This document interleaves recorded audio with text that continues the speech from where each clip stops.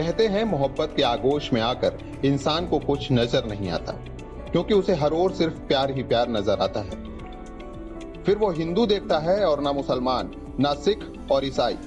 Bollywood celebs में कई ऐसे हैं जिन्होंने प्यार को पाने के लिए अपना धर्म बदल दिया। लेकिन आज हम आपको बॉलीवुड के नहीं बल्कि हमारे देश के कुछ राजनेताओं के बारे में बता रहे हैं जिन्होंने सारे सामाजिक बंधनों को तोड़कर अपने प्यार को अंजाम तक पहुंचाया।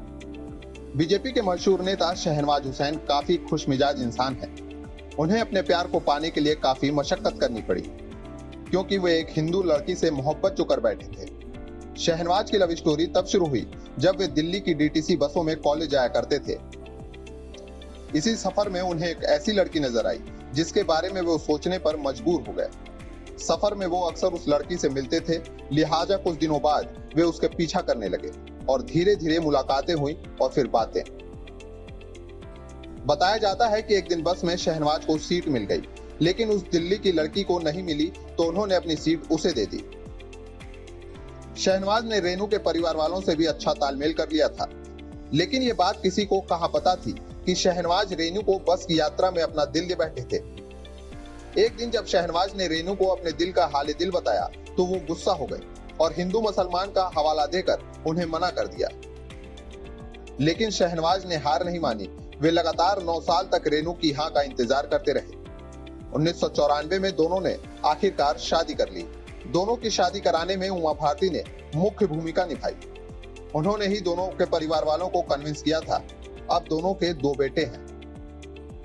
बीजेपी के सीनियर नेता मुख्तार अब्बास नकवी की कहानी भी इसी तरह है। मुख्तार और सीमा भी अलग अलग धर्म से ताल्लुक रखते हैं, लेकिन प्यार ने इन दोनों के बीच आई धर्म की दीवार को तोड़ दिया।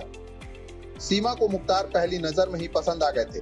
सीमा बेहद शर्मीली थी, कॉलेज के दिनों में लड़कों से दूर रहती थी, लेकिन नकवी अपवाद थे।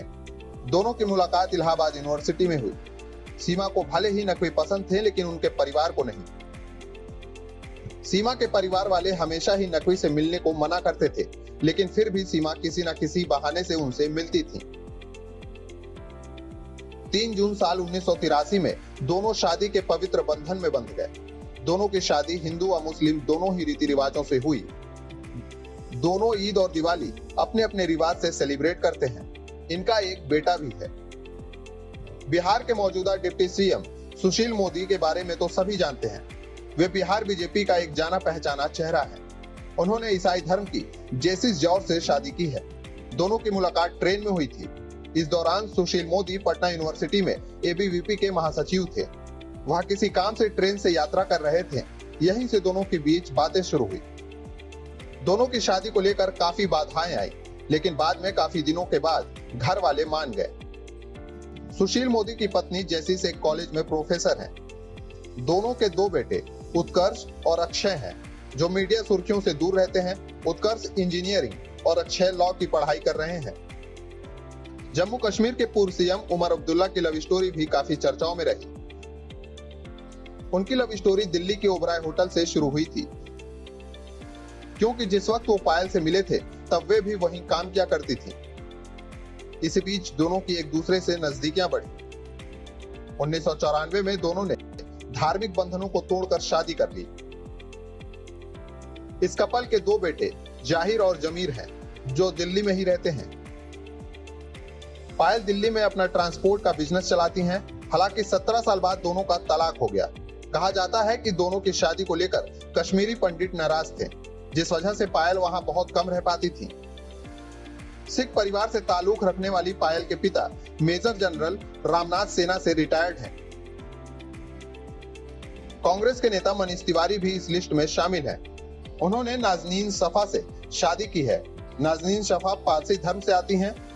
एक रिपोर्ट के मुताबिक 1989 में जब मनीष एनएसयूआई के प्रेसिडेंट थे, तब नाजनीन मुंबई के विमेन विंग की प्रेसिडेंट थी। इसके बाद नाजनीन ने मुंबई यूनिवर्सिटी से इकोनॉमिक्स में मास्टर किया और बाद में एयर इंडिया के साथ काम करने लगी।